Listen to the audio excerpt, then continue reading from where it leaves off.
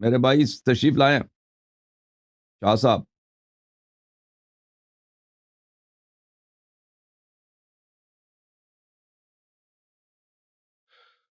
السلام علیکم شاہ صاحب، کیسے ہیں؟ خیریت سے ہیں؟ وعلیکم السلام. آپ سنائیے خیریت سے جی؟ اللہ تعالیٰ کا بڑا احسان ہے، اللہ آپ کو جزائے خیر دے. آپ سنائیں، آپ خیریت سے ہیں انشاءاللہ؟ جزاک اللہ. اچھا میری آپ نے چونکہ ایک آفر کر دی شرط رکھنے کی، تو میری ایک شرط یہ ہے جی. کہ اصل میں پچھلی دفعہ جو میں نے گفتگو کی، پھر میں نے ایک دو اور پلیٹ فارم پر اپنے کلپس دیکھے، وہاں پر کٹے ہوئے لگے ہوئے تھے. جی جی.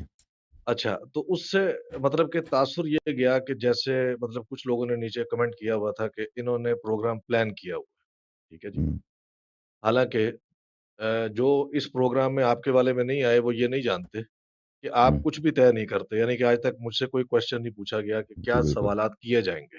جیسے میں نے بالکل. پچھلی دفعہ بھی کہا تھا کہ مرزا صاحب سے حاضری کی شرط یہ ہوتی ہے کہ آپ پہلے کوشچنس اپنے ڈسکلوز کرتے ہیں کہ پوچھیں گے کیا. صحیح. اب شرط میری یہ ہے کہ جب تک مرزا صاحب ہمیں یہ سروس مہیا نہیں کرتے جو آپ نے کی ہوئی ہے کہ لائیو آ کر ہم کچھ بھی اچانک بھی پوچھ سکتے ہیں، تو تب تک آپ کو مطلب کہ میرے یہ جو ہے نا سوالات اصل میں یہ بنتے ہیں کسی زیادہ تر سوالات کسی اہل سنت عالم سے، لیکن وہ ایسی سہولت ہمیں میسر ہی نہیں کرتا نا کہ ہم، ہم اس سے کر سکیں. ٹھیک ہے. صحیح. تو پھر میرے پاس ایک آپ کا ہی پلیٹ فارم ہے، کیونکہ میرا مقصد ہے کہ جو میرے لوگ ہیں نا اہل سنت، ان تک صحیح بات قرآن اور حدیث کے مطابق پہنچ جائے. تو اب میں وقت ضائع نہیں کروں گا اور آپ سے سب سے پہلے یہ چاہوں گا کہ جس پر آپ روشنی ڈالیں اور ہماری رہنمائی ہو، اور وہ ایک ایسا واقعہ ہے جو پیچھے تاریخ میں اس لیے دب گیا ہے، جس کی اللہ کے رسول نے انتہائی بیماری کی حالت میں اور خراب طبیعت کے باوجود بھی آ کے تاکید کی. اور وہ جب پیچھے گیا واقعہ تو اس سے بہت سارے مسئلے نکل کے سامنے آ گئے اور وہ حل ہو سکتے تھے. یعنی کہ میرا اشارہ ہے جیش اسامہ کی طرف. جی. تو میں یہ چاہوں گا کہ یہ ایک ایسا واقعہ تھا جس کو بہت زیادہ پڑھانا چاہیے تھا، پروموٹ کرنا چاہیے تھا، اور بچوں کو اس کا کانسیپٹ سمجھانا چاہیے تھا کہ جیش اسامہ اگر چلا جاتا اپنے وقت پر، تو خلافت کا یہ مسئلہ جو شیعہ اور سنی میں فساد کی وجہ بنا ہے، یہ ہم، شاید ہوتا ہی نہ. تو اب بالکل. میں چاہتا ہوں کہ آگے آپ اس پر اپنی علمی روشنی ڈالیں گے، کیونکہ آپ عالم دین ہے، میں ایک طالب علم ہوں اور سیکھنا چاہتا ہوں اور اپنے لوگوں کو سکھانا چاہتا آپ جی بالکل، آپ نے بہت ہی اچھا سوال کیا. اچھا، آپ میں مقدمتاً ایک بہت ہی اختصار کے ساتھ عرض کروں کہ بہت سارے لوگ ہمارے ویڈیوز کے کلپس بناتے ہیں، وہ اپنے چینل میں اس کے تمبنیلز لگاتے ہیں. بعض لوگ غلط تمبنیلز لگاتے ہیں، غلط ٹائٹلز لگاتے ہیں. ان کی ذمہ داری ہے. ہمیں اگر پتہ چلے تو ہم ان کو بتاتے ہیں.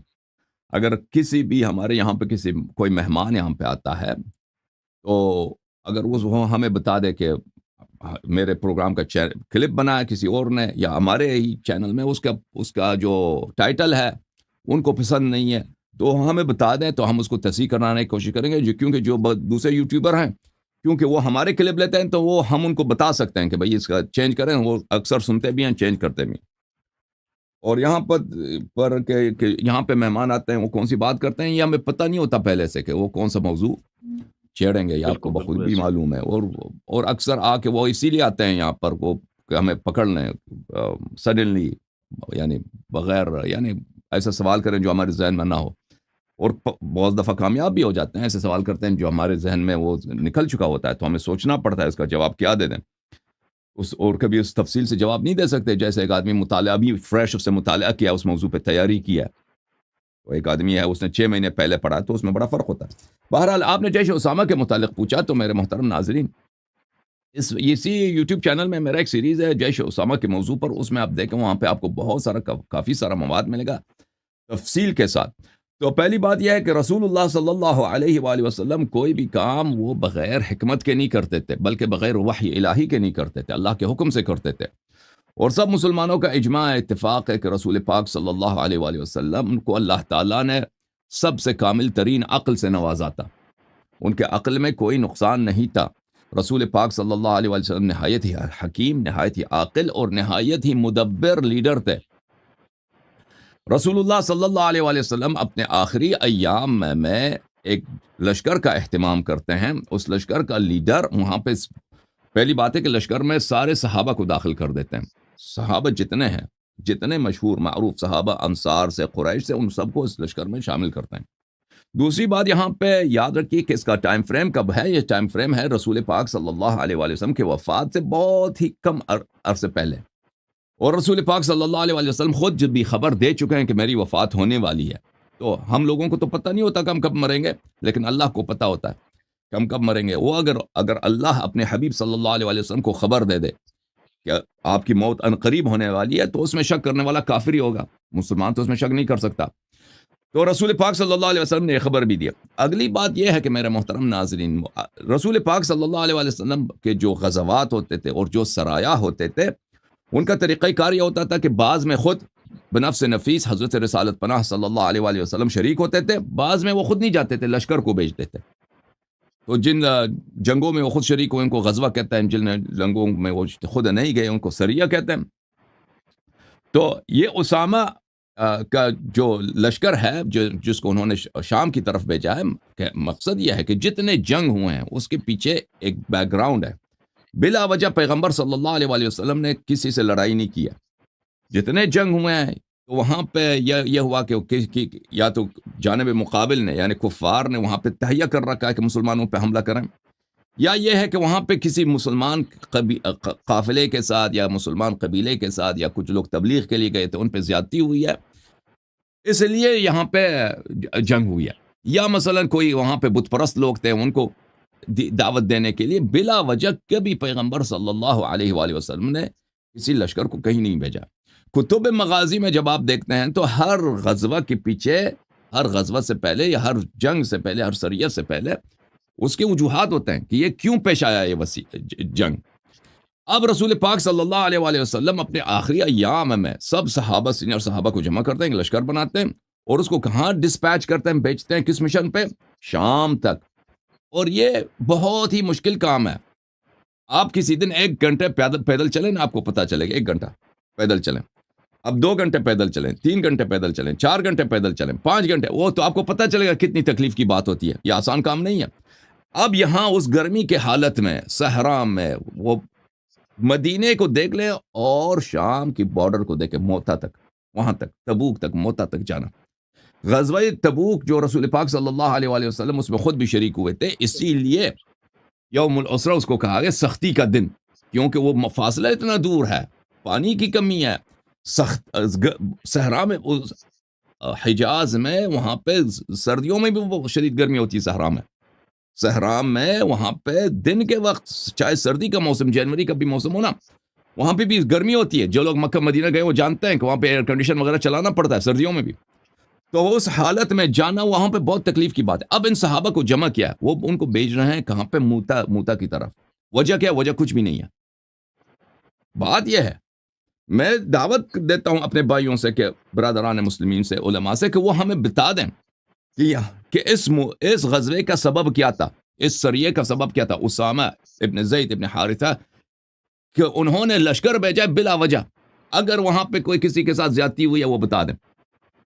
وہاں پہ مثلا کوئی مسلمان قبیلہ رہتا ہے، اس پہ کفار نے حملہ کیا، وہاں پہ کوئی جڑپ ہوئے، یا وہاں پہ شام والوں نے، شام کے امپائر نے وہاں پہ ایسے لشکر جمع کیا ہے کہ وہ مسلمانوں پہ حملہ کریں، جیسے غزوہ تبوک تھا۔ غزوہ تبوک اس پیغمبر صلی اللہ علیہ وسلم بلا وجہ ادھر ایسے نہیں گئے تھے سب مسلمانوں کو لے کر، وہ اس لیے گئے تھے کہ وہاں پہ رپورٹ آئی تھی کہ شام والوں نے بہت بڑا لشکر بنایا کہ وہ مسلمانوں پہ حملہ کرنا چاہتے ہیں، تو رسول پاک صلی اللہ علیہ وسلم وہاں پہ گئے تھے، لیکن شام والے جا چکے تھے، لڑائی نہیں ہوئی۔ غزوہ سریہ اسامہ ابن زید میں یہاں پہ کسی قسم کی وہاں سے تھریٹ نہیں تھا۔ تو یہ وجہ کیا ہے کہ رسول پاک صلی اللہ علیہ وسلم اس بہت ہی سینسیٹیو ٹائم میں، بہت ہی کریٹیکل ٹائم میں، بہت ہی نازک اور حساس مرحلے میں، کہ خود دنیا سے جانے والے ہیں، سینئر صحابہ کو، کہ جو بھی صحابہ خلیفہ بننا چاہتا ہے یا بن سکتا ہے، اس کے متعلق کسی کو وہم ہو سکتا ہے کہ خلیفہ بن جائے، ان کو ایک لشکر میں شامل کرتے ہیں اور ان کو ڈسپیچ کرتے ہیں ایک ایسے دور سفر پر کہ وہ 2-3 مہینے تک واپس نہیں آئیں گے۔ اس میں یقیناً 2-3 مہینے لگیں گے ان کو، کم از کم 2 مہینے، 3 مہینے لگیں گے آنے جانے میں۔ اور پھر رسول پاک صلی اللہ علیہ وسلم کی حکمت دیکھیں کہ وہاں پر اس لشکر کا کمان کس کے ہاتھ میں دیا ہے؟ ایک 15 سالہ لڑکے کے ہاتھ میں۔ سبحان اللہ۔ اتنے سینئر صحابہ ہیں وہاں پہ، ایک 15 سالہ لڑکا، وہ لڑکا بھی کیسا لڑکا ہے، وہ ام ایمن کا صاحبزادہ ہے. ام ایمن جو تھی حبشی تھی، ام ایمن کالی تھی، اور ان کا گرچہ ان کا اسامہ کے والد صاحب زید وہ کالا نہیں تھا، وہ عرب تھا، لیکن اسامہ اپنی ماں کی وجہ سے وہ بالکل کالا. اس کے اگر وہ میرا سیریز دیکھیں تو آپ دیکھیں گے، میں آپ کو وہاں پہ میں نے بہت سارے اسامہ شکل کے لحاظ سے اس سے فرق نہیں پڑتا، یعنی انسان کی جو شکل ہے اس کا انسان بد شکل ہو سکتا ہے، لیکن اگر کردار اچھا ہو تو اچھی بات ہے. لیکن وہ شکل سے بالکل کالا تھا، ناک اس کی بالکل چپٹی تھی، بالکل جیسے رات ہوتا ہے. اس تواریخ میں یہ الفاظ ہیں کہ وہ رات کی سیاہی کی طرح سیاہ تھا، اور وہ بھی 15 یا 16 17 سال کا نوجوان لڑکا ہے. اس کو اس لشکر کا کمانڈ بنا دیا، اور اسی بات پر، کیونکہ یہ عرب جو تھے، عربوں کے سردار ہوتے تھے، سینئر صحابہ بیٹھے ہیں، ان کو یہ بات بری لگی ہے. اور رسول پاک صلی اللہ علیہ وسلم ایک ایسی شخصیت ہے، مدبر شخصیت ہے، کہ وہ دیکھیں ہم اور آپ جو کام کرتے ہیں نا، اپنے افعال کے نتائج کی طرف ہم توجہ دیتے ہیں. ابھی آپ یہاں پہ تشریف لائیں، میں کس انداز سے آپ سے گفتگو کروں گا، بالکل میری دھیان ہے کہ میں اگر غلط جملہ آپ سے بولوں تو آپ کو برا لگے گا، آپ کے گھر والوں کو برا لگے گا، لوگ مجھے کیا کہیں گے کہ اللہ یاری دیکھ اپنے مہمان کے ساتھ اس نے کیا کیا. رسول اللہ صلی اللہ علیہ وسلم بالکل اپنے افعال کے معانی کو جانتے ہیں، کہ جب وہ ایک ایسا نوجوان جس کا اسلام میں کوئی سابقہ ہے نہیں، کوئی نہ اور اس کے بعد بھی، اس واقعے سے پہلے بھی، اس واقعے کے بعد بھی، اسامہ کی کوئی بہادری نہیں ہے اسلام میں. ایک بہادری ہے اس نے بے گناہ ایک لشکر میں اس نے ایک بے گناہ آدمی کو قتل کیا تھا. تواریخ میں ملتا ہے، جماعت مخالفین خود انہوں نے روایت کی کہ اسامہ ایک غزو، اب مجھے یاد نہیں کس غزوے میں تھا، ایک آدمی نے کلمہ پڑھا تھا، اس کے بعد اسامہ نے اس کو قتل کیا تھا. رسول پاک صلی اللہ علیہ وسلم اس پہ بڑے غصے ہوئے تھے کہ اسامہ تم نے ایسا کیوں کیا. بار بار رسول پاک صلی اللہ علیہ وسلم نے اس پہ غضب، کہ جب اس نے کلمہ پڑھا تھا، ٹھیک ہے میدان جنگ میں ہے، لیکن ایک دفعہ اس نے کلمہ شہادتین پڑھی ہے تو تجھے اس کو قتل کرنے کا حق نہیں. یعنی ایک ایسا شخص جس کی بہادری کی کوئی وہ نہیں ہے، کوئی کارنامہ نہیں ہے، جس کا فقہ میں، تفسیر میں، سنت میں کوئی بڑا عالم کچھ بھی نہیں ہے، اور وہ کسی بڑے خاندان سے بھی نہیں، ایک غلام ہے، اس کو صحابہ کا سردار بنایا، اور ان کو کہاں بھیج رہا ہے؟ اتنی دور سفر پر، اور کس لیے بھیج رہا ہے؟ کوئی وجہ ہے نہیں. شاید بعض لوگ کہہ دیں کہ یہ غزوہ موتا کی جو ہے اس کا بدلہ لینے کے لیے. غزوہ موتا 2 سال پہلے ہوا تھا، یا 3 سال پہلے ہوا تھا. غزوہ موتا ابھی تو نہیں ہوا ہے. اگر غزوہ موتا کا بدلہ لینا تھا پیغمبر صلی اللہ علیہ وسلم اسی وقت، 1 مہینے کے بعد، 2 مہینے کے بعد، 3 مہینے کے بعد، 4 مہینے کے بعد لے لیتے نا. اور خود پیغمبر نے بھی کبھی نہیں بولا کہ میں اس لیے بھیج رہا ہوں کہ یہ غزوہ موتا کا، اس میں جو زید ابن حارثہ شہید ہو گئے تھے، عبداللہ ابن رواحہ شہید ہو گئے تھے، حضرت جعفر الطیار رضوان اللہ تعالی علیہم، یہ بڑے بڑے لوگ شہید ہو گئے تھے، اس کا بدل. یہ کوئی حدیث، کوئی روایت نہیں ہے، اور نہ کسی صحابی کا قول ہے کہ یہ موتا کا. یہ بعد میں، کیونکہ ان لوگوں کے پاس کوئی دلیل نہیں ملا کہ یہ کیوں آخر پیغمبر نے ایسا کیا ہے، اور جو اصل دلیل ہے وہ نہیں کہنا چاہتے کہ پیغمبر صلی اللہ علیہ وسلم اصل دلیل کیا ہے کہ اسامہ کے لشکر کو بھیج رہے ہیں. کوئی دلیل نہیں ملا، کہہ رہا کہ وہ اس کا بدلہ لینا. اس بدلہ لینا ابھی وقت، ابھی ٹائم ہے آپ کو. جب آپ کو پتہ ہے کہ ابھی آپ کی وفات ہونے والی ہے تو ابھی اس کا بدلہ لے. 2 سال پہلے کیوں نہیں لیا؟ اسی وقت لے لیتے. اور آپ ان کو، اسامہ گیا بھی ہے وہاں پہ، اس کو اسامہ کا جب لشکر گیا نا وہاں پہ اس کو کوئی نہیں ملا ہے. ایسے صحرا میں گھوم کے واپس آئے وہ لوگ، شام کے بارڈر تک گئے. اچھا، میں جب ابوبکر کی خلافت میں. جی سر. جی ایک چھوٹا سا کویسچن کہ اس میں اتنے بڑے صحابہ کرام شامل تھے، یعنی کہ حضرت ابوبکر، حضرت عمر، یہ سب شامل تھے اس سریہ کے اندر؟ جی بالکل بالکل، ابھی میں بتا رہا ہوں. تو عرض یہ ہے میرے محترم ناظرین کہ رسول پاک صلی اللہ علیہ وآلہ وسلم نے ابو بکر، عمر، عثمان، ان کو آخر تک، ابو بکر جو ہے نا اسامہ کو امیر کہہ کے پکارتا تھا، امیر کہہ کے پکارتا تھا آخر تک. تو ان سب کو شامل کیا تھا. وہ ابھی اس کے بات کریں گے انشاءاللہ تبارک و تعالی. بات یہاں پر ہے میرے محترم ناظرین، تو وجہ کیا کہ پیغمبر نے ان کو بھیجا. واضح بات ہے، میں نے عرض کیا کہ پیغمبر ایک مدبر لیڈر ہیں. وہ چاہتے ہیں کہ جیسے یہ اہل بیت علیہ السلام کے احادیث میں ہیں، یہ میری باتیں نہیں ہیں، کہ اہل بیت علیہ السلام نے فرمایا کہ رسول پاک صلی اللہ علیہ وسلم چاہتے تھے کہ ان کے بھائی کا جو خلافت ہے، حضرت امیر المؤمنین علیہ الصلوۃ والسلام کی خلافت، اور ان کی بیعت بغیر کسی چیلنجر کے، کہ وہاں پہ کوئی ایسا حزب اختلاف مدینے میں موجود نہ ہو کہ جو بھی شخص مخالفت کر سکتا ہے، اپنے لیے کی خلافت کا ادعا کر سکتا ہے ان کے وفات کے بعد، وہ ان کا وجود ہی نہ ہو، وہ مدینے سے باہر ہوں، دور ہوں، ان کو مدینے سے نکالنے کے لیے مخالفین کو، کہ جو لوگ خلافت کے مسئلے میں ان کی طمع ہو سکتی ہے، ان کی لالچ ہو سکتی ہے کہ خلافت کو ہمیں ملنا چاہیے، ان سب کو مدینہ کو ان سے فارغ کرنا، مدینہ کو خالی کرنا، تاکہ جب میری وفات ہو تو امیر المؤمنین علیہ الصلوۃ والسلام بغیر کسی مخالف کے خلیفہ بن جائیں، لوگ ان سے بیعت کریں، اور وہ لوگ ابھی دور ہیں، 2 مہینے 3 مہینے کے بعد جب وہ واپس آئیں گے، 2-3 مہینے میں امیر المؤمنین علیہ الصلوۃ والسلام نے اپنے امور بالکل اپنی خلافت کو سالڈ کیا ہوا ہوگا، سالیڈیفائی کیا ہوگا، ہر طرح سے ان کا پورے علاقوں پہ ان کا قبضہ ہوگا، یہ لوگ آئیں گے کچھ نہیں کر سکیں گے ان کے سوائے یہ کہ بھئی پیغمبر کی وفات ہو چکی ہے، اب نئے ان کی وصیت کے مطابق ان کے بھائی خلیفہ بن چکے ہیں، لوگوں نے بیعت کی، یہ کچھ نہیں کر سکیں گے۔ یہ رسول پاک صلی اللہ علیہ وآلہ وسلم کا اصل مقصد تھا۔ دوسرا مقصد یہ تھا رسول پاک صلی اللہ علیہ وآلہ وسلم کا کہ ان لوگوں کو دیکھیں، جب آپ ایک بڑے آدمی کو چھوٹے آدمی کا نوکر بناتے ہیں نا، بڑے آدمی کی بے عزتی ہے، بڑے آدمی کی بے عزتی ہے۔ اگر ابھی میں آپ ہیں، بزرگ عمر ہے آپ کی، اگر کوئی شخص کہہ دے آپ کا 15 سالہ لڑکا ہے، اس کی بات مان لو، تم اس کی نوکری کرو، اس کی خدمت کرو، تو یہ آپ کے لیے بے عزتی ہے۔ رسول پاک صلی اللہ علیہ وسلم جتنے صحابہ تھے میرے عزیزوں، کہ وہ کیا کرنا وہ جن کے دماغ میں خلافت کی ہوا تھی، خلافت کی لالچ تھی، ان سب کو اسامہ کا سپاہی بنا کر، اسامہ ایک 15 16 17 لڑکا ہے جس کی کوئی نہ بہادری ہے، کچھ بھی نہیں ہے، نہ کوئی بڑے خاندان سے، نہ عالم ہے، کچھ بھی نہیں ہے۔ اسامہ کا غلام بنا کر، اسامہ کا نوکر بنا کر، اسامہ کے سپاہی بنا کر، اسامہ کو ان پر امیر بنا کر رسول اللہ صلی اللہ علیہ وآلہ وسلم نے ابد تک، قیامت تک کے جتنے مسلمان آئیں گے ان کو پتہ چلے گا کہ یہ خلافت کے اہل نہیں ہیں۔ اگر یہ اہل ہوتے تو اس لشکر کا ان کا لیڈر بنا لیتا، اس لشکر کا ان کو لیڈر بنا لیا ہوتا پیغمبر صلی اللہ علیہ وآلہ وسلم نے۔ بھئی اگر کیوں بھئی ہمارے جو فرقہ ہیں، ہم شیعہ حضرات، ہمارے بہت سارے دلائل، ایک دلائل میں سے یہی دلیل ہے کہ رسول پاک صلی اللہ علیہ وآلہ وسلم نے کبھی بھی ابو بکر عمر کو کوئی عہدہ نہیں دیا، اپنی حیات میں کوئی بھی عہدہ نہیں دیا، کبھی بھی کوئی عہدہ نہیں دیا۔ آخر میں آخری جو عہدہ دیا تھا ان کا کیا تھا؟ یہی تھا کہ ابو بکر عمر کیا بنے؟ اسامہ کے سپاہی بنے، اسامہ کی خدمت کریں۔ اچھا جی، یہاں پر کیا ابو بکر اور عمر یہ اس لشکر میں شامل تھے؟ میں آپ کی خدمت میں عرض کروں کہ اس کے بہت سارے دلائل ہیں۔ ابھی اگر میرے سیریز میں چلے جائیں تو اس میں آپ کو ملے گا۔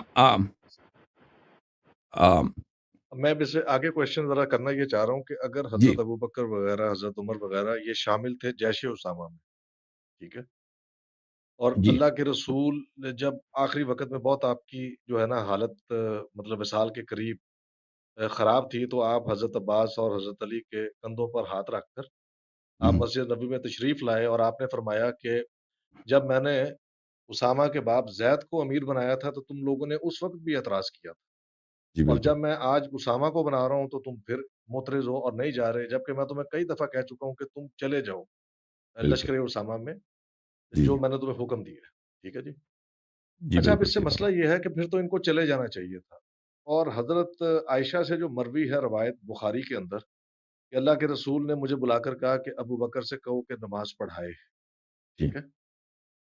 اب یہ دو باتیں آپس میں اس لیے ٹکرا رہی ہیں کہ اگر اللہ کے رسول خود اپنے ہاتھوں سے جیش اسامہ میں بھیج چکے ہیں ان کو، تو پھر وہ حضرت عائشہ کو بلا کر یہ کیوں کہیں گے کہ ابو بکر کو کہو کہ نماز پڑھائے، کیونکہ اللہ کے رسول کے مطابق تو حضرت ابو بکر جیش اسامہ میں روانہ ہو چکے ہیں، کیا ایسا ہی نہیں ہے؟ بات بالکل آپ کی صحیح ہے۔ اہل بیت علیہم الصلوۃ والسلام کے احادیث میں دیکھیں، یہ جو کہ ابو بکر کو بولا کہ آپ نماز پڑھائیں، یا اس کی راوی خود عائشہ ہے، اس کی راوی خود عائشہ ہے۔ جی۔ اہل بیت علیہم السلام کے احادیث میں یہ ہے کہ رسول پاک صلی اللہ علیہ وسلم نے فرمایا میرے بھائی علی علیہ السلام کو کہہ دیں کہ وہ نماز پڑھائیں۔ تو عائشہ نے اپنے والد صاحب کو بلایا، حفصہ نے اپنے والد کو بلایا کہ تم لوگ کو نماز پڑھا دو، کہ تم اگر نماز پڑھاؤ گے تو بن جائے گا، تمہاری وراثت کا مسئلہ بن جائے گا۔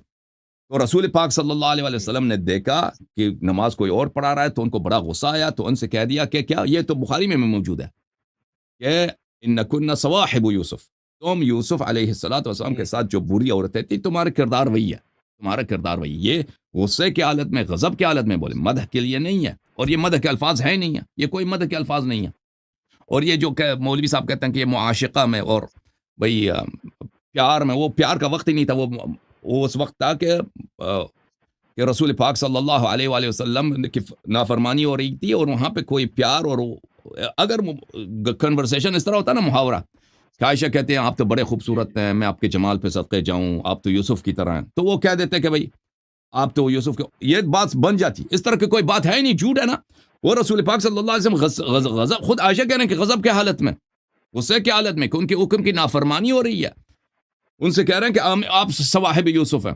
تو اسی روایت میں ہے کہ رسول پاک صلی اللہ علیہ وسلم نے عائشہ کو جب صواحب یوسف بولا ہے، تو واضح بات ہے کہ پیغمبر صلی اللہ علیہ وسلم نے اس کی کیا مذمت فرمایا، اور بری طرح سے مذمت فرمایا اس واقعے کا، کہ عائشہ کہتی کہ ابو بکر نماز پڑھا، اس کا راوی خود عائشہ. پھر اسی میں بخاری میں ہے کہ یہ تو بخاری کے کئی مقامات میں ہے کہ پیغمبر صلی اللہ علیہ وسلم نے جب دیکھا کہ ابو بکر نماز پڑھا رہے ہیں، تو وہ نہایت ہی بیماری کی حالت میں کہ وہ چل بھی نہیں سکتے تھے.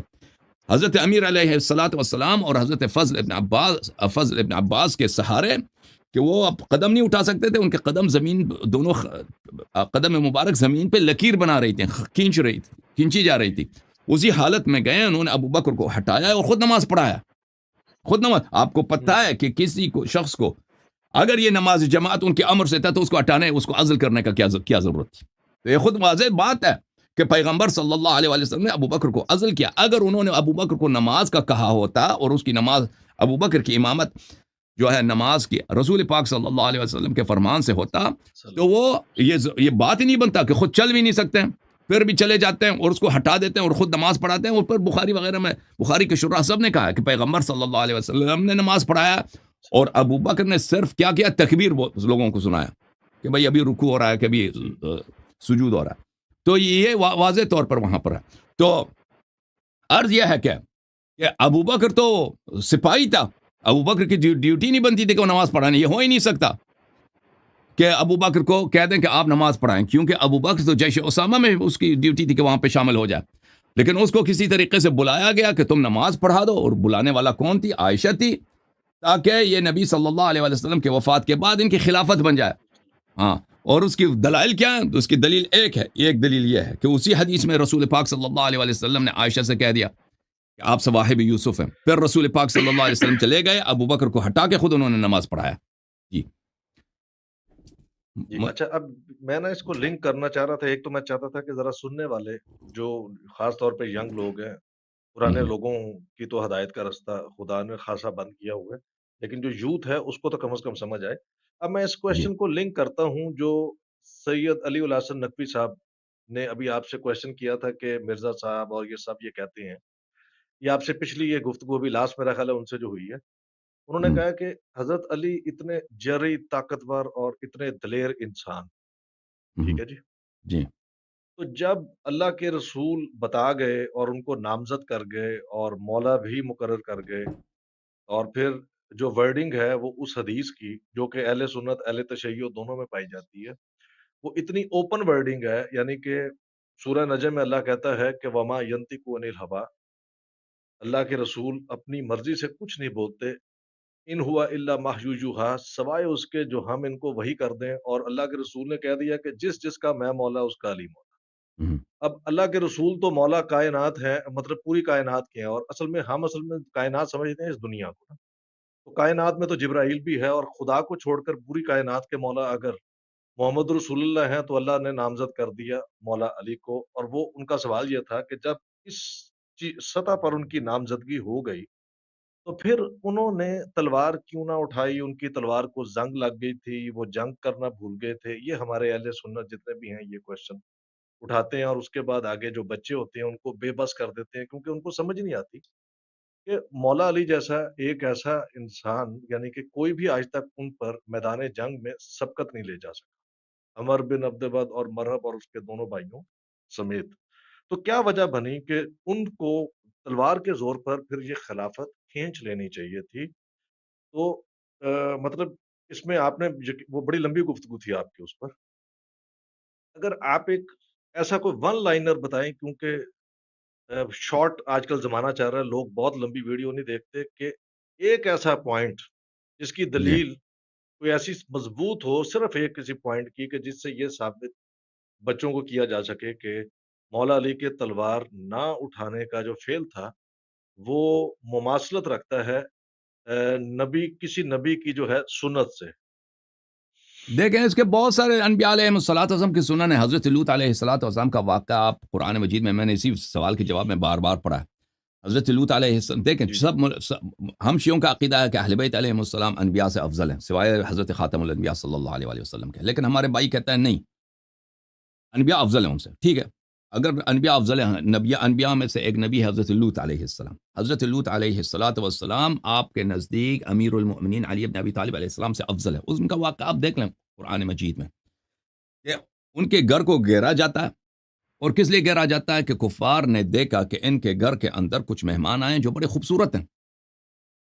اس کی وائف بھی، بیوی بھی جو ہے وہ بھی پلید کردار کیا. اس نے اپنے گھر کے چھت کے اوپر آگ جلائی ہے تاکہ لوگوں کو دعوت دیا جائے کہ یہاں پہ خوبصورت نوجوان ہیں. تو وہ لوگ کیا کرتے تھے؟ خوبصورت نوجوانوں کو ریپ کرتے تھے. ان کا کام ہی یہی تھا. وہ زبردستی ان کے گھر کے اندر گھس آئے ہیں. حضرت لوط علیہ الصلوۃ والسلام نے ان سے خطاب میں یہی فرمایا کہ تم میرے قوم میں بیٹیاں ہیں، میرے قوم میں بیٹیاں، ان سے تم نکاح کر لو. تمہاری شہوت نے بہت تمہیں تنگ کیا ہے، تم شادی کر لو، تمہاری شادی ہو جاتی ہے اس سے. تم اس طرح آ جاتے ہو میں تمہارے نبی نہیں مانتے، میں تمہارے قوم کا بزرگ تو ہوں، ایک عمر رسیدہ ایک بوڑھا آدمی تو ہوں. میرے قوم کے ساتھ، میرے مہمانوں کے سامنے تم مجھے اس طرح بے عزت کرنے لگے ہو کہ میرے گھر کے اندر گھس کے تم مجھے کہتے ہیں کہ ہٹ جاؤ، اور ہم تمہارے مہمانوں کے ساتھ بدفعلی انجام. اس طرح دنیا بغیرتی، اس طرح دنیا میں تو کوئی مثال ہی نہیں ملتا بھائی. مجھے تو نہیں لگتا جو حضرت لوط علیہ السلام کے ساتھ جو ظلم ہوا ہے نا، جو زیادتی ہوئی ہے، جو حد کے حرمت جی ہوا ہے، اس طرح تو میں نہیں سمجھتا کہ کسی شخص کے ساتھ اس انداز سے کہ اس کے گھر کے اندر گھس کے کہ آپ ہٹ جائیں، اس کی بیوی کے سامنے، اس کی بیٹیوں کے سامنے، ہم آپ کے مہمانوں کو ریپ، آپ ہٹ جائیں سامنے سے. تو حضرت لوط علیہ الصلوۃ والسلام نے ان سے کہہ دیا کہ تم یہ کرو. تو حضرت لوط علیہ الصلوۃ والسلام کا تلوار کہاں گیا تھا؟ ٹھیک ہے نا. حضرت لوط علیہ السلام بیٹیوں کا اچھا. آفر دے رہے ہیں کہ بیٹیوں سے، جی میرے قوم کے بیٹیوں سے شادی کرو. انہوں نے کہا کہ آپ کو پتہ ہے کہ ہم کیا چاہتے ہیں. ما لنا فی بناتک من حق وانک لا تعلم ما نريد. آپ جانتے ہیں کہ ہم کو آپ کی بیٹیوں میں کوئی رغبت ہے ہی نہیں، بیٹیاں آپ کی نہیں چاہیے. آپ بخوبی جانتے ہیں کہ ہم کس لیے آئے آپ کے گھر پہ. تو حضرت لوط علیہ الصلوۃ والسلام نے ان کے جواب میں کیا کہا؟ ولیلیت بی قوت، استر آیت ہے، قوت او آوی الی رکن شدید. کاش میرے پاس سپاہی ہوتے، کاش میرے پاس قدرت ہوتا، کاش میرے پاس انصار ہوتے، یا ایک ایسی جگہ ہوتا، ایسے پناہ گاہ ہوتی کہ وہاں میں پناہ لے کے جاتا. بالکل بے بس ہو گیا ایک نبی. جب نبی، یہ نبی ہے، اس کے اتنی اس کو تنگ کیا جاتا ہے کہ اس کے گھر کے اندر لواط کے لیے لوگ آتے ہیں، وہ بھی زبردستی خوبصورت مومن نوجوانوں کے ساتھ، کیونکہ وہ جو ملائکہ تھے وہ مومن نوجوانوں، شریف نوجوانوں کی صورت میں آئے تھے، نورانی شکل تھی ان کی. تو حضرت لوط علیہ السلام نے کی تلوار کو کیا ہو گیا تھا، ان کی شجاعت کو کیا ہو گیا تھا؟ اس کا جواب یہی ہے، لا یکلف اللہ نفسا الا وسعها. جب آپ کے پاس کسی بات کے لیے یاور نہیں ہے، انصار نہیں ہے، اگر لڑائی کے لیے آپ کے پاس تیاری نہیں ہے، آپ کے پاس اتنے لوگ آپ کے ساتھ نہیں دیتے، آپ کے مخالفین زیادہ ہیں اور لڑائی کرنے کا فائدہ نہیں ہے، تو وہ اللہ تعالیٰ نے اس کو آپ سے اس تکلیف کو رفع کیا ہے. حضرت رسول، ہمارے رسول پاک صلی اللہ علیہ وآلہ وسلم جب مکہ مکرمہ میں تھے تو ان کے سامنے سب کچھ تھا. مکہ شریف میں کعبہ شریف بت خانہ تھا، کعبہ شریف جو اللہ کا گھر ہے، وطہر بیتی اللہ کا گھر، بیتی للطائفین والعاکفین رکع السجود. وہ گھر جس کا ایک جھاڑو دینے والا ابراہیم علیہ السلام ہے، دوسرا جھاڑو دینے والا کون؟ اسماعیل علیہ السلام. طاہر بیت، اس بیت کو صاف کرو، یہ گھر اتنا پاک ہے. وہ اس کو لوگوں نے بت خانہ بنایا تھا، ان کے خاندانی بت ہوتے تھے بہت سارے، اور لوگ وہاں پہ آ کے بتوں کے سامنے پوجا کرو، سجدہ کرو، یہ کرو. اور پھر حضرت رسول صلی اللہ علیہ وآلہ وسلم کے اصحاب کو، ان پرانے مسلمانوں کو کس طرح قتل کیا جاتا تھا. حضرت عمار ابن یاسر کے والد گرامی کو اس طرح قتل کیا گیا کہ ان کی، میں آپ یہ تاریخ میں موجود ہے کہ ان کے فرج میں، یعنی ان کی شرمگاہ میں ڈنڈی ڈال کے جی ان کو اس طرح شہید کیا گیا تھا بیچاری کو. اس طرح رسول پاک صلی اللہ علیہ وسلم کی غیرت کہاں ہے ان کی؟ پیغمبر کو پتہ نہیں. بالکل پیغمبر کی غیرت میں کوئی شک ہے؟ جو اللہ نے ہمارے نبی صلی اللہ علیہ وسلم سے زیادہ غیور کسی کو نہیں بنایا، باعزت کسی کو نہیں بنایا. بے شک. لیکن وقت ایسا ہے کہ اگر پیغمبر صلی اللہ علیہ وسلم تلوار اٹھائے نا، آج ہم اور آپ کلمہ گو نہ ہوتے. اگر اس وقت نبی صلی اللہ علیہ وسلم کہتے ہیں کہ اب آج میرے عمار یاسر کی مدر کے ساتھ، ان کی ماں کے ساتھ یہ ظلم ہوا ہے، میں اس کا بدلہ لینا چاہتا ہوں، وہ تلوار اٹھاتے، وہ خود بھی شہید ہو جاتے، ان کے 4-5 ساتھ جو ساتھی تھے، وہ ان کے یا اہل خانہ تھے، وہ بھی شہید ہو جاتے۔ آج میں اور آپ، نہ قرآن ہوتا، نہ نماز ختم ہو ہوتا، جائے کعبہ آج بھی ایک بڑا بت خانہ ہوتا، دنیا کا سب سے بڑا بت خانہ کعبہ ہوتا۔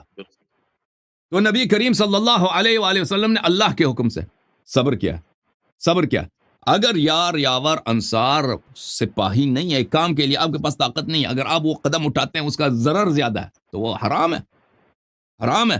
ابھی آپ حج کے لیے جائیں بھائی، اگر حج پہ جانا آپ کے لیے مضر ہے، آپ حج پہ جانے سے آپ کی اتنی بیماری، آپ مر جائیں گے، آپ پہ حج جانا حرام ہے، آپ نہ جائیں، آپ نہیں جا سکتے حج۔ تو اسی طرح رسول پاک صلی اللہ علیہ وسلم نے نہیں کیا۔ امیر المؤمنین علیہ الصلوۃ والسلام اگر اس وقت تلوار اٹھاتے، اگر اس وقت لڑائی کرتے، تو آپ کی خدمت میں عرض یہ ہے کہ کیا ہوتا اس وقت؟ وہ خود شہید ہو جاتے، ان کے بیٹے شہید ہو جاتے، ان کا یعنی اسلام ختم ہو جاتا، کیونکہ اسلام، ہم دیکھیں مذہب حق میں اسلام منحصر ہے امیر المؤمنین اہل بیت علیہم الصلاۃ والسلام کے مکتب میں، ان کے مذہب میں۔ اگر یہ اس کا خاتمہ جو ہو جائے تو اسلام کا خاتمہ ہو جاتا ہے، پھر اسلام ہی نہ بچتا، پھر کچھ بھی نہ بچتا، اور کوئی پتہ نہیں ہے کہ کتنے لوگ دوبارہ مرتد ہو جاتے ہیں، اپنے بتوں کو وغیرہ کا پوجا شروع کرتے ہیں۔ اور اس وقت اس زمانے میں ایران کا ایک بہت بڑا طاقت تھا، اور اسی طرح شام ایک بہت بڑا طاقت تھا کہ وہ سپر پاور تھے، اور وہ اسی بات پہ تلے ہوئے تھے کہ کسی طرح اس نئے دین کو، جو نئے دین کی جانب سے جو چیلنج آ رہا ہے، یہ جو نیا امپائر بننے والا ہے اسلام کا، اس کو کسی طرح اس کا صفایا کیا جائے۔ تو اس حالت میں اگر یہاں پہ خانہ جنگی شروع بھی ہوتی نا، تو پھر ایران والے اگر آ جاتے، فارس والے اگر آ جاتے، وہ تو نہیں کہتے کہ یہ شیعہ یا وہ تو سب کا وہ تلوار سے وہ سب کا سر قلم کرتے۔ میں آپ کی خدمت میں ایک چیز دکھانا چاہتا ہوں، یہ کہ ایک منٹ بس ایک دو حوالے دکھا دوں۔ یہ کتاب الطبقات الکبریٰ لابن سعد جلد نمبر 2 ہے۔ یہاں پہ ملاحظہ فرمائیے، سریت اسامہ ابن زید ابن حارثہ، اسامہ ابن زید کا جو لشکر ہے جو شام کی طرف ہے۔ اچھا، یہاں پہ ملاحظہ فرمائیے، فلم يبق احد من وجوه المهاجرين والانصار الا انتدب في تلك الغزوه فيهم ابو بکر وعمر بن الخطاب۔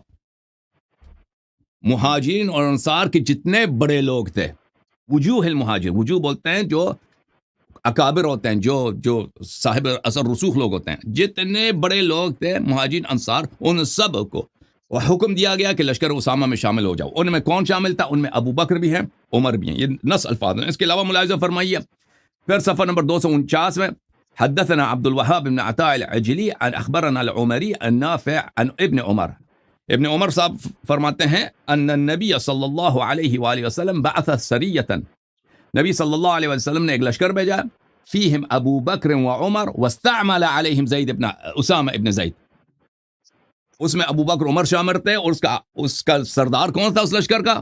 اسامہ ابن زید۔ اس کے علاوہ بھی بہت سارے ہمارے پاس موجود ہیں ریفرنسز کہ ابو بکر عمر کا تو کسی میں اس میں خلاف ہی نہیں ہے کہ عمر شامل تھا لشکر اسامہ میں۔ ابو بکر کے متعلق کہ ابو بکر بھی اس لشکر میں ایک سپاہی کے حیثیت سے، اس کا سردار، اس کا جنرل 15 سالہ ایک لڑکا ہے، اور یہ رسول پاک صلی اللہ علیہ وآلہ وسلم اپنے حکم کو جانتے ہیں کہ انہوں نے، دیکھیں عزیز، یہ بہت بڑی بے عزتی کی ہے پیغمبر صلی اللہ علیہ وآلہ وسلم نے اپنے آخری ایام میں بڑے بڑے صحابہ کی، اور یہ کس لیے کیا ہے؟ یہ کس لیے کیا ہے عزیزوں؟ اس کی واضح دلیل یہی ہے کہ رسول پاک صلی اللہ علیہ وسلم چاہتے تھے کہ اپنی امت کو آخر تک بتائیں کہ دیکھو ان کی، اگر یہ ایک لشکر کی قیادت کی اہلیت نہیں رکھتے تو یہ کیسے امت کی خلافت کی قیادت رکھتے ہیں؟ میرے نزدیک تو یہ پوری امت کے پتہ ہونا چاہیے کہ یہ رسول پاک صلی اللہ علیہ وسلم کا یہ فعل شریف، یہ عمل کہ انہوں نے اسامہ کو ابو بکر، عمر اور جتنے سینئر صحابہ تھے ان کا سردار بنایا ہے، اس کا ایک واضح، اس کی ایک واضح حکمت عملی ہے، ہم اور آپ کے لیے پیغام ہے۔ جی سر بولیں ہم۔ اچھا سر، اس طرح ہے نا کہ دیکھیں، جیسے اب یہ آپ نے حضرت لوط کا ایک واقعہ بتایا، وہ تو تھا، چلیں وہ آگے لواطت کے لیے، ایک بڑے برے فعل کے لیے، ایک ایسے کام کے لیے کہ مطلب جو برا سمجھا جاتا ہے، لیکن یہ آج تک کوئی بھی عالم دین کبھی حضرت ہارون کے اوپر اعتراض نہیں کرتا کہ جب بالکل موسیٰ علیہ السلام، سورہ آراف میں ہے غالباً، کوئی 140 پلس آیتوں کے بعد میرا خیال آتا ہے کہیں کہ، یا 43 میں آتا ہے کہیں پر، اس سے آن ورڈ 43 سے 48 تک کے بیچ میں ہے کہ جب وہ تشریف لے گئے 30 روز کے لیے، اور ان کو 40 روز ہو گئے، اور پیچھے سامری نے بچڑا بنا دیا، یعنی کہ ہارون علیہ السلام کے سامنے جو کہ پیغمبر ہیں ان کے سامنے شرک شروع ہو گیا، ٹھیک ہے، جی بالکل اور انہوں نے تلوار نہیں اٹھائی ان مشرکوں کے خلاف کہ یہ تم نے نبی اللہ کا دین کیسے بدل دیا، جبکہ ہارون علیہ السلام کی نبوت جو تھی وہ بوسیلہ اور ریکویسٹ پر تھی حضرت موسیٰ علیہ السلام کے، جیسے سورہ طٰہٰ میں آتا ہے، ہوں ٹھیک ہے جی، کہ جی انہوں نے بالکل کہا یہ کام مشکل ہے تو میرا ذرا شریک مددگار کریں اور میرے گھر کے اندر سے نا میرے اہل بیت میں سے ایک مددگار میرا کریں، میرا بھائی، اور جب شریک کیا تو پھر ان کو نبی بھی بنا دیا گیا۔ بیسیکلی تو اللہ نے چنا تھا موسیٰ علیہ السلام کو، اور موسیٰ علیہ السلام نے جب سختی بیان کی کہ یہ کام بڑا مشکل ہے تو میرا مددگار بنائے تو ہارون بنے۔ ہارون نے پیچھے تلوار نہیں اٹھائی، اور آج تک کسی نے ہارون علیہ السلام پر اعتراض نہیں کیا کہ شرک شروع ہو گیا، تو ہارون علیہ السلام پر تو حجت تھی کہ اب تلوار اٹھاتے اور شرک کا کلا کما کر، بالکل لیکن علی کو یہ نبیوں سے اوپر تو نہیں مانتے، لیکن مواخذہ یہ ان کا نبیوں سے اوپر کرنا چاہتے ہیں، انبیاء علیہ بالکل السلام۔ بالکل آپ صحیح فرما رہے ہیں میرے عزیز میرے بھائی. قرآن مجید میں حضرت موسیٰ علیہ السلام اور حضرت ہارون علیہ السلام کے متعلق یہ تو کئی مقامات پر ہے ان کی کہانی اور اہل بیت علیہم السلام، خود امیر المؤمنین علیہ السلام نے بھی انہی واقعات سے استشہاد کیا. ان سے جب پوچھا گیا تھا کہ آپ نے تلوار کیوں نہیں اٹھایا، تو انہوں نے بہت سارے انبیاء علیہ السلام کے واقعات سنا دیے. ایک میں سے یہی ہے حضرت لوط علیہ السلام کا، اور پھر حضرت ہارون علیہ السلام کا، کہ حضرت ہارون علیہ السلام حضرت موسیٰ علیہ السلام 30 دن کے لیے گئے تھے بھائی. اس میں 10 دن کا اضافہ ہوا، 40 دن ہو گئے. ہاں 10 دن بڑھ گئے 40 دن. قوم نے کیا کیا ان کے جانے کے بعد؟ بنی اسرائیل جو سب سادات تھے، یعنی اس زمانے میں سب بنی اسرائیل یعنی سب یعقوب کے بیٹے، سب یعقوب علیہ السلام کے اولاد ہیں. صحابہ سب انبیاء کے اولاد میں سے نہیں ہیں، لیکن یہ سب انبیاء کے اولاد میں سے تھے، اور یہ سب موسیٰ علیہ السلام کے آنے سے پہلے مسلمان تھے. بنی اسرائیل اس طرح نہیں ہے کہ موسیٰ علیہ السلام نے ان کو بت پرستی سے نکال کے ان کو مومن بنایا، یہ پہلے سے مسلمان تھے. بس یہ غلام وغیرہ تھے ان کے فرعون کے. تو حضرت موسیٰ علیہ السلام نیا شریعت لے کے آئے، حضرت ابراہیم علیہ السلام کی شریعت کو انہوں نے نسخ فرمایا، اور بہت بڑے بڑے معجزات کے ساتھ. کتنے معجزات، آیات بینات جو اللہ نے حضرت موسیٰ علیہ السلام کو دیے ہیں، کم کسی نبی کو دیے ہیں. ہمارے نبی صلی اللہ علیہ وسلم کو ان سے زیادہ دیے ہیں، لیکن بقیہ انبیاء میں حضرت موسیٰ علیہ السلام کے جو معجزات ہیں وہ بہت ہی شاندار ہیں. اچھا، قرآن مجید کے آیات ملاحظہ فرمائیے میرے محترم ناظرین. سورہ مبارکہ اعراف میں، اعوذ باللہ من الشیطان الرجیم، ولما رجع موسیٰ الى قومه غضبان اسفا قال بئس ما خلفتمونی من بعدی. حضرت موسیٰ علیہ السلام غضب کے حالت میں اور غصے کے حالت میں اور غم کے حالت میں، حسرت کے حالت کہ قوم میں نے کیا کیا. قوم بت پرست ہو گئی ہے. قوم وہ بھی بت، کیسا بت؟ بچڑا، ایک بچڑے کی عبادت شروع کیا.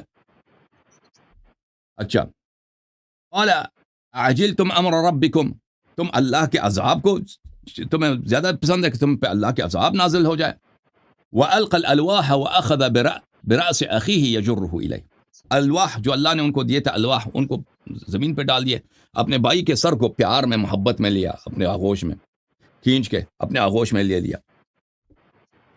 قال يا ابن ام ان القوم استضعفوني وكادوا يقتلونني.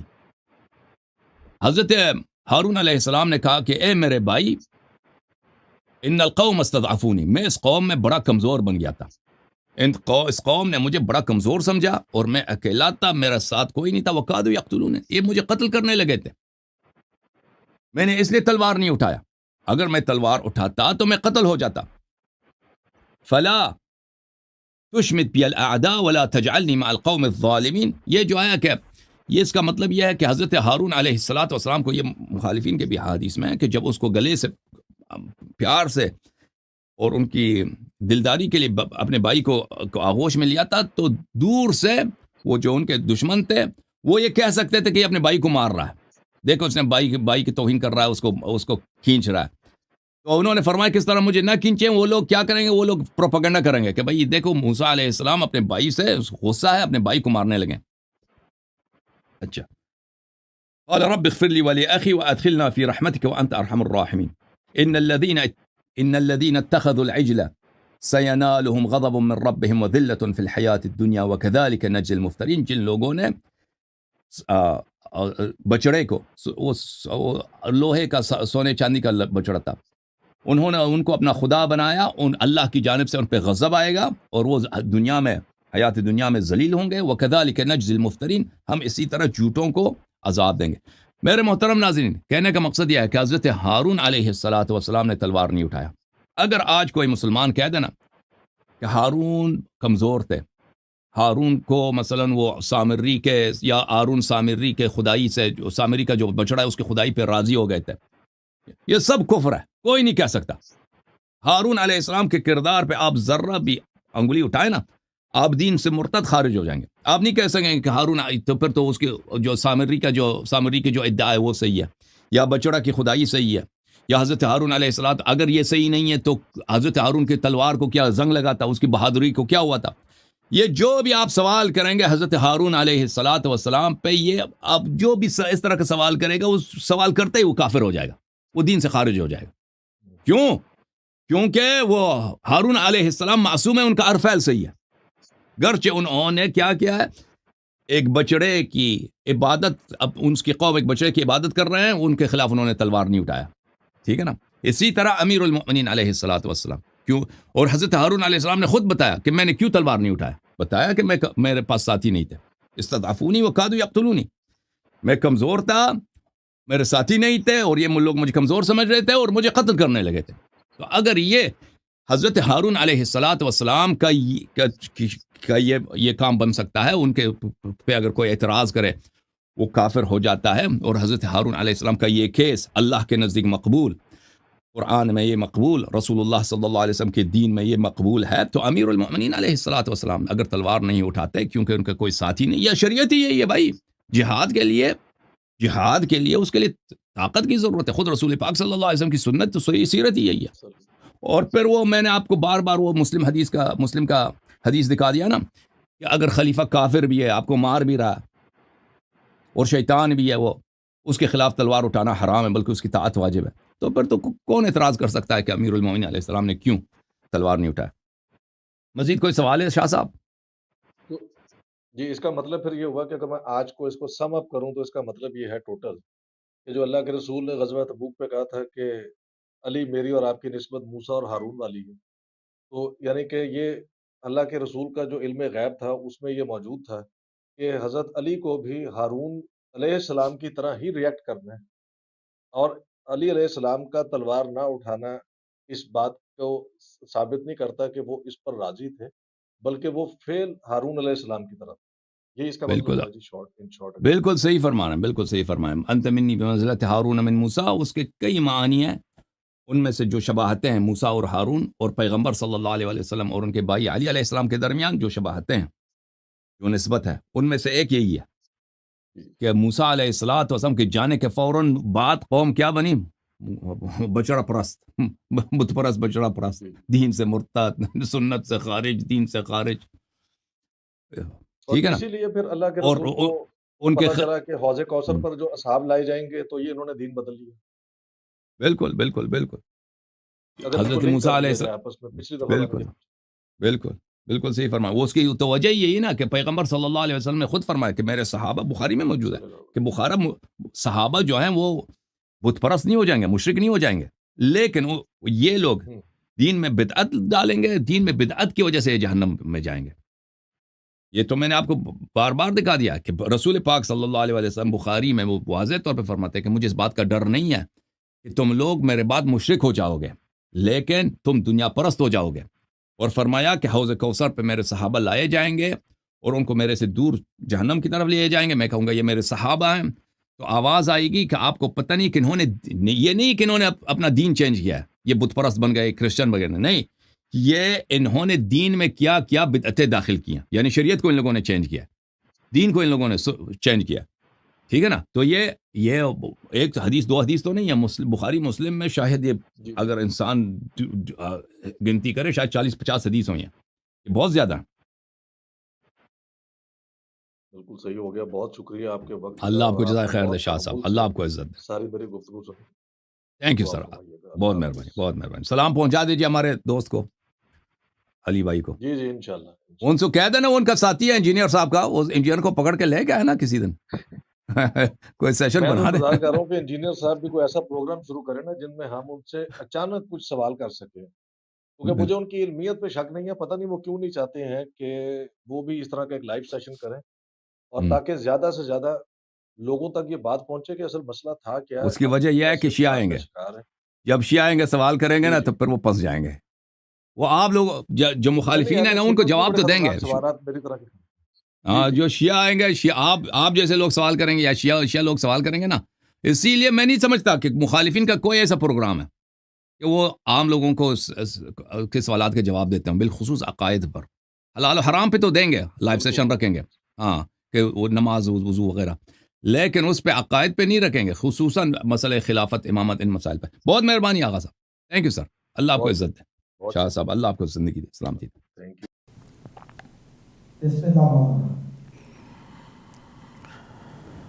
السلام علیکم ورحمۃ اللہ وبرکاتہ. حضرات، آج ماہ شوال کی 7 تاریخ ہے 1441 اور مئی کی 30 تاریخ ہے 2020، اور آج ہم سورہ توبہ کی آیت نمبر 25، 26 اور 27 کی تلاوت کا شرف حاصل کریں گے. اعوذ باللہ السمیع العلیم من الشیطان اللعین الرجیم. بسم اللہ الرحمن الرحیم. الحمد للہ رب العالمین والصلاة والسلام علی سیدنا و نبینا و مولانا ابی القاسم محمد وآلہ الطیبین الطاہرین المعصومین واللعنة الدائمة على أعدائهم أجمعين من الآن إلى يوم الدين. أما بعد، فقد قال الله في كتابه الكريم: بسم الله الرحمن الرحيم. لقد نصركم الله في مواطن كثيرة ويوم حنين إذ أعجبتكم كثرتكم فلم تغني عنكم شيئا وضاقت عليكم الأرض بما رحبت ثم وليتم مدبرين. ثم أنزل الله سكينته على رسوله وعلى المؤمنين وأنزل جنودا لم تروها وعذب الذين كفروا وذلك جزاء الكافرين. ثم يتوب الله من بعد ذلك على من يشاء والله غفور رحيم. صدق اللہ العلی العظیم. صلوات. ارشاد ہو رہا ہے کہ یقیناً اللہ نے بہت سے مقامات پر تمہاری مدد کی ہے، اور حنین کے دن بھی جب تم اپنی کثرت پر نازا تھے، لیکن اس سے تمہیں کوئی فائدہ نہیں پہنچا، اور زمین اپنی وسعت کے باوجود تم پر تنگ ہو گئی تھی، اور پھر تم پیٹ پھیر کر بھاگ کھڑے ہوئے تھے. پھر اللہ نے اپنی طرف سے سکون نازل کیا اپنے رسول پر اور صاحبان ایمان پر، اور ایسے لشکر اتارے جو تمہیں نظر نہیں آ رہے تھے، اور کافروں پر عذاب نازل کیا، اور یہی کافروں کی سزا ہے. پھر اللہ اس کے بعد جس کی چاہے توبہ قبول کر لے، اور اللہ بخشنے والا مہربان ہے.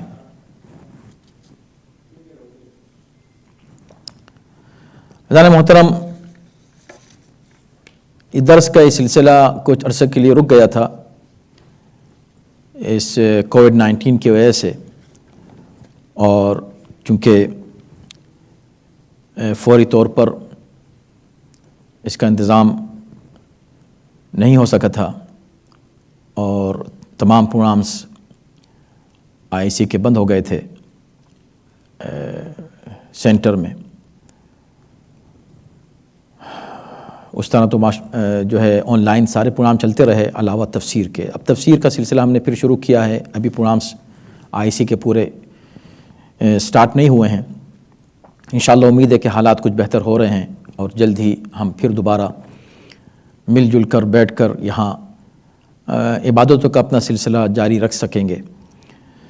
البتہ یہ درس چونکہ صبح کے وقت ہوتا ہے، نماز فجر کے بعد کا اس کا وقت ہے، اور اب کوارنٹین کی وجہ سے چونکہ ہم نماز جماعت تو نہیں ادا کر سکتے آن لائن، اور نہ ہی آپ لوگ ناشتے کا لطف لے سکتے ہیں آن لائن، تو دونوں باتیں جب نہیں ہیں تو کوئی وجہ نہیں تھی کہ ہم اس کو اتنے ارلی مارننگ رکھیں، اس لیے ہم نے 11:30 بجے کا وقت رکھا ہے۔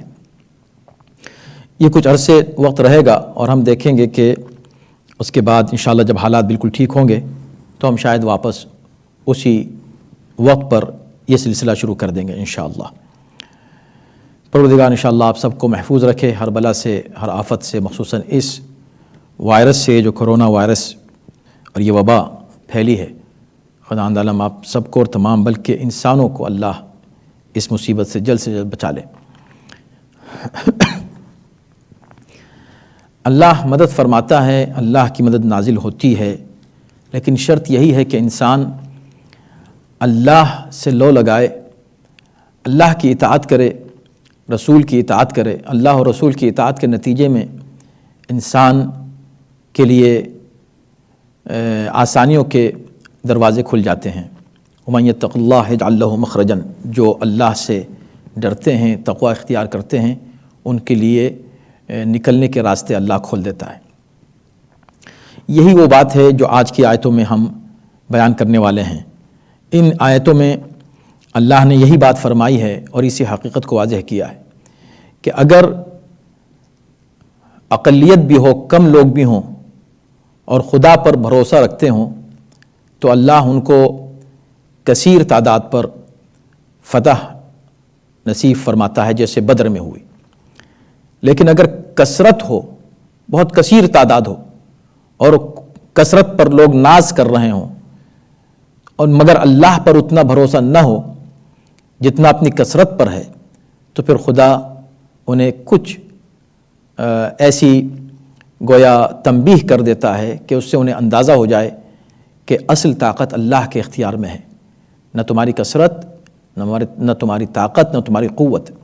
یہ کرونا وائرس بھی شاید اللہ نے اسی تنبیہ کے لیے یہ وبا اس کی اجازت دی، گویا جو بھی حالات ہوں، جو بھی اس کی ریزن ہوں، لیکن اذن الہی کے بغیر کوئی چیز نہیں ہوتی اس دنیا میں۔ تو اگر اذن الہی ہے اس میں، اور یقیناً ہے، تو خدا نے غالباً یہ چاہا کہ تمام انسان اللہ کی طرف پلٹ کر آئیں اور اس حقیقت کو مان لیں کہ اصل طاقت اور قوت اللہ کے اختیار میں ہے۔ آپ نہ پاور ہیں، نہ آپ سپر پاور ہیں۔ آپ کے سارے پاور اور سپر پاور دھرے رہ جاتے ہیں ایک ایسے دشمن کے مقابلے میں جو اتنا چھوٹا ہے کہ آپ کو نظر بھی نہیں آتا۔ اتنے حقیر اور ناچیز ایک دشمن نے پوری دنیا کے انسانوں کو گھروں میں قید کر دیا۔ اتنا کمزور ہے یہ انسان، لیکن سبق حاصل نہیں کرتے۔ جیسے ہی حالات ٹھیک ہوں گے، سب باہر نکلیں گے، اس کے بعد پھر وہی ظلم و ستم کا سلسلہ شروع ہوگا۔ ہر طاقتور اپنے کمزور پر ظلم شروع کر دے گا، چاہے وہ ہاتھ سے ظلم ہو، چاہے وہ زبان سے ظلم ہو، چاہے وہ کسی اور طریقے سے ہو۔ اذیت دینا، دوسروں کا حق چھیننا، دوسروں کے حقوق کو پامال کرنا وغیرہ وغیرہ، یہ سلسلہ پھر شروع ہو جائے گا۔ علاوہ ان لوگوں کے جو عبرت حاصل کرتے ہیں تاریخ سے اور واقعات سے اور حالات سے، سبق سیکھتے ہیں، وہ سبق سیکھیں گے، اور جو نہیں سیکھتے وہ پھر واپس اپنی ڈگر پر آ جائیں گے۔ ان آیات میں اللہ نے ایک واقعے کا ذکر کیا ہے اور اس میں بات یہیں سے شروع ہوتی ہے، لَقَدْ نَصَرَكُمُ اللَّهُ فِي مَوَاطِنَ كَثِيرَةٍ، اللہ نے تمہاری نصرت بہت سے مواقع پر کی ہے۔ مواطن، موطن کی جمع ہے۔ موطن وہ جگہ جہاں انسان ٹھہرے، رکے یا اپنا بسیرا بنا لے، یا کوئی جگہ جہاں پر وہ رک رہا ہو، اسے موطن کہتے ہیں۔ اور اسی سے ہم اردو میں بھی وطن کا لفظ استعمال کرتے ہیں، وطن، کیونکہ ہم وہاں رکتے ہیں، ہم نے اس کو اپنی جگہ، اپنا بسیرا بنا لیا ہے۔ اور یہاں پر موطن سے مراد ایک میدان ہے، میدان جنگ، اور ایسے مواقع ہیں کہ جہاں پر مسلمانوں کو مدد کی ضرورت تھی، تو اللہ نے کہا کہ لَقَدْ نَصَرَكُمُ اللَّهُ فِي مَوَاطِنِ كَثِيرَةٍ، بہت سے موقعوں پر، بہت سے حالات میں اللہ نے تمہاری مدد کی ہے۔ خدا مدد کرتا ہے، اب یہ ہے کہ کوئی اس کو ریلائز کرتا ہے اور کوئی اس کو ریئلائز نہیں کرتا، کوئی اس حقیقت کو مانتا ہے، ایکنالج کرتا ہے، اور کوئی نہیں کرتا، ڈیپینڈ کرتا. ورنہ اللہ ہر انسان کی انڈیویجول مدد کرتا ہے، انفرادی طور پر بھی، اور اجتماعی طور پر اللہ قوموں کی مدد کرتا ہے. لیکن انہی کی مدد ہوتی ہے. مدد دو طرح کی ہے. ایک وہ مدد ہے جو اللہ ہر ایک کی کرتا ہے، کافر اور مومن سب کی، ہر معاملے میں مدد کرتا ہے. ہر ایک کو رزق خدا ہی سے مل رہا ہے. رحمت پروردگار عام ہے، وہ رحمان ہے، اس کی رحمت سب کے لیے. لیکن کہیں کچھ خصوصی مدد ہوتی ہے. وہ خصوصی مدد اللہ کی طرف سے صرف ان کو حاصل ہوتی ہے جو اس پر بھروسہ رکھتے ہیں، جو اس پر توکل کرتے ہیں، اور جو اس کی اطاعت کرتے ہیں اور اس کے رسول کی اطاعت کرتے ہیں. چنانچہ یہی بات کہی گئی یہاں، لقد نصرکم اللہ، اللہ نے تمہاری نصرت بہت سے موقع پر کی ہے. وَيَوْمَ حُنَيْنٍ، یہ بات کہنے کے بعد اب ایک خاص موقع کا ذکر کیا گیا، اور حنین کے دن بھی اللہ نے تمہاری مدد کی. آپ کو یاد ہے اس سے پہلے سورہ انفال میں مسلسل ہم بدر کے واقعے پر گفتگو کرتے رہے، اور بدر میں کیا ہوا اور کس انداز سے اللہ نے مسلمانوں کی مدد کی قلیل تعداد کے باوجود، کس طرح وہ ایک بہت بڑے لشکر پر غالب آ گئے جو بہت ہی تیار اور مجہز لشکر تھا، جبکہ ان کے پاس کوئی تیاری نہیں تھی. وہ صرف اللہ پر بھروسہ تھا، ایمان کی طاقت اور قوت تھی، اور وہ گویا کہ جذبہ تھا کہ جس کی وجہ سے اللہ نے ان کی مدد فرمائی. تو مدد اللہ فرماتا ہے، شرط یہ ہے کہ مدد لینے والا ہو. اب یہاں پر بھی اللہ نے کہا کہ مدد سب جگہ تمہاری کی، اور ہم نے حنین میں بھی تمہاری مدد کی. لیکن یہاں ایک خصوصی کیفیت تھی حنین میں. حنین کیا ہے؟ بہت سے غزوات ہیں پیغمبر اسلام کے.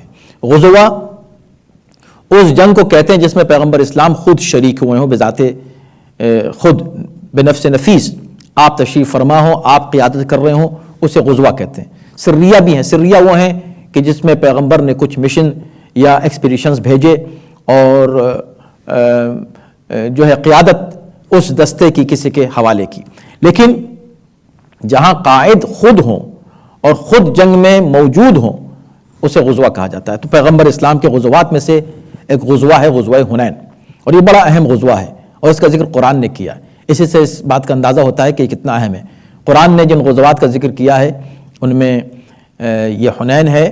بدر کا ذکر آپ سن چکے ہیں، خیبر کی طرف اشارے ہیں، اور گویا کہ احد کا ذکر ہے نام کے ساتھ، اور احزاب کا ذکر ہے. ان میں حنین یہ ان بڑی جنگوں میں سے ایک اعتبار سے کہا جائے تو آخری جنگ ہے. اس کے بعد کچھ چھوٹی موٹی جنگیں ہوتی ہیں، لیکن بڑی جنگوں میں یہ آخری جنگ ہے. کیوں؟ اس لیے کہ 8 ہجری کے بعد یہ جنگ واقع ہوئی ہے. 8 ہجری میں مکہ فتح ہو چکا ہے. فتح مکہ کے بعد ظاہر ہے کہ پورے جزیرۃ العرب پر اسلام کی دھاک بیٹھ گئی تھی، اور ایک رعب گویا سب پر طاری ہو گیا تھا مسلمانوں کی طاقت اور قوت کا، اور ان کی ایک ہیبت سب پر طاری ہو گئی تھی. کیوں؟ اس لیے کہ مکہ اصل میں مرکز تھا اسلام دشمن ایکٹیویٹیز کا، اور جب اسلام غالب آیا اور مکہ فتح ہوا تو گویا کہ مکہ کے جتنے سردار تھے وہ زیر ہوئے، اور اکثریت نے اسلام قبول کر لیا. تو اس کا نتیجہ یہ ہوا کہ اطراف کے جتنے بھی کافر تھے اور اسلام دشمن طاقتیں تھیں، انہوں نے یا تو ہتھیار ڈال دیے، یا انہوں نے یہ سوچا کہ اب ہم اپنی آخری جنگ بھی لڑ لیں. چنانچہ انہی میں سے ایک قبیلہ تھا، قبیلہ حوازن. یہ قبیلہ طائف کے پاس ایک علاقے میں، جہاں حنین ایک علاقہ ہے طائف کے پاس، تو وہاں یہ ایک بڑا قبیلہ تھا، بڑا جنگجو قبیلہ، اور اپنی طاقت پر بڑا اس کو ناز تھا.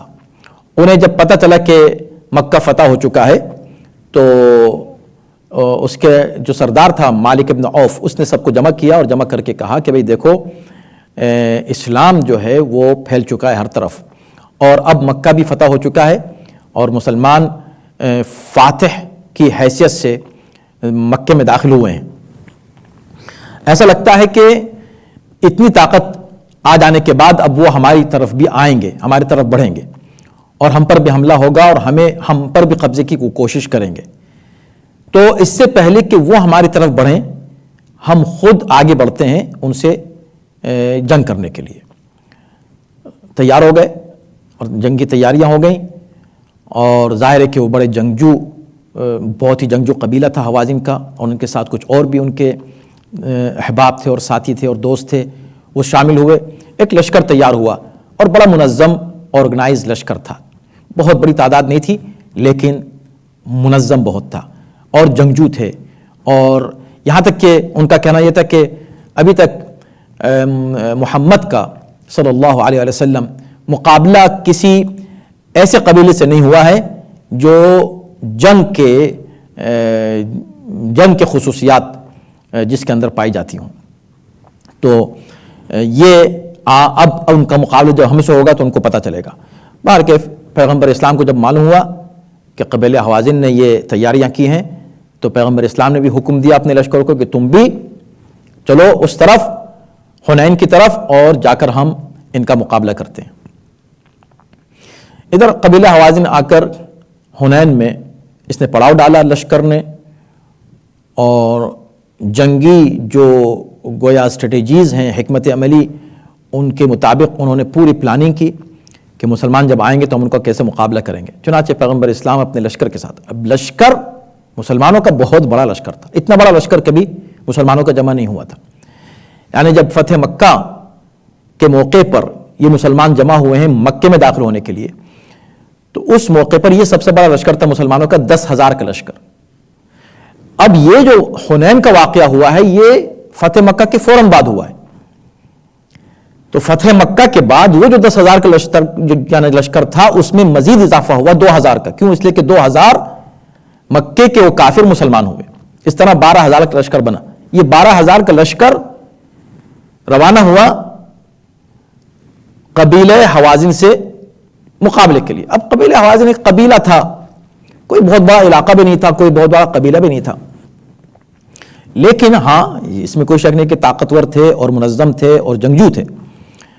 لیکن اس کے باوجود کہاں ان کی مختصر سی تعداد اور کہاں مسلمانوں کا 12,000 کا لشکر. تو جب یہ لشکر چلا تو صرف لشکر، یہ مسلمان اپنے لشکر کو دیکھ کر، اپنی تعداد کو دیکھ کر گویا کہ اتنا فخر کر رہے تھے، اور گویا کہ اتنا ایک طرح کے غرور ان میں آ گیا تھا کہ ہم تو کثیر ہے تعداد میں، ہم کو کون شکست دے سکتا ہے، اور اس لشکر کی حیثیت کیا ہے جس کے مقابلے ہم جا رہے ہیں. تو اسی کی طرف قرآن اشارہ کر رہا ہے. وَيَوْمَ حُنَيْنٍ، ہم نے تمہاری مدد حنین کے موقع پر بھی کی. اِذْ أَعْجَبَتْكُمْ كَثْرَتُكُمْ، تمہاری کثرت نے تمہیں گھمنڈ میں ڈال دیا تھا، تم کو ناز بہت تھا اپنی کثرت کے اوپر کہ ہم تو تعداد میں بہت زیادہ ہیں. فَلَمْ تُغْنِ عَنْكُمْ شَيْئًا، لیکن تمہاری اس کثرت نے تمہیں کوئی فائدہ نہیں پہنچایا. اس کا مطلب کیا ہوا؟ فائدہ نہیں پہنچایا. اس کا مطلب ہے کہ وہ جو سوچ رہے تھے کہ بھی ہم جائیں گے اور بہت جلدی سے ہم جنگ کو فتح کر لیں گے اور بس ہم کو مال غنیمت ملے گا، ہم واپس آئیں گے، وہ نہیں ہوا. یہ لوگ جیسے ہی پہنچے، فجر کی نماز کا وقت آیا اور یہ لوگ مصروف ہوئے نماز کے فوراً اسی موقع پر، فجر کے آس پاس اور بلکہ اس سے کچھ پہلے، حوازن کے لشکر نے ان پر تیروں سے حملہ کر دیا. ہر طرف سے تیروں کی بارش آنے لگی. وہ جو پہلا دستہ تھا سامنے کا دستہ، جب اس کے اوپر تیروں کی برسات ہوئی تو فوراً پیچھے کو پلٹا، وہ پلٹا تو اس سے پیچھے جو دستہ تھا وہ پلٹا. اس طرح پورا 12,000 کا لشکر منہزم ہو گیا. منہزم یعنی فرار پر مجبور ہو گیا. سب کے سب بھاگ نکلے، بھاگ کھڑے ہوئے. یہ الفاظ ہمارے نہیں، بھاگ کھڑے ہوئے، یہ قرآن کے الفاظ.